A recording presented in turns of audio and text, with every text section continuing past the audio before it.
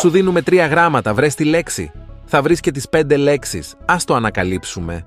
Έχεις 5 δευτερόλεπτα να βρεις το σωστή λέξη. Είναι πολύχρωμο και πετάει.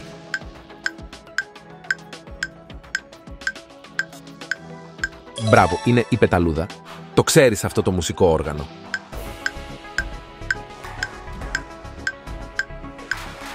Σωστά μάντεψες, είναι η φλογέρα. Προσπάθησε για το επόμενο. Είναι άνετος και σε ξεκουράζει.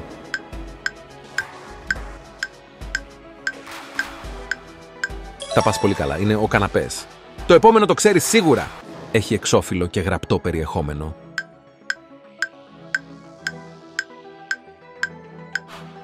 Συγχαρητήρια, έφτασες στο τέλος. Είναι μπλε και έχει αλμυρό νερό.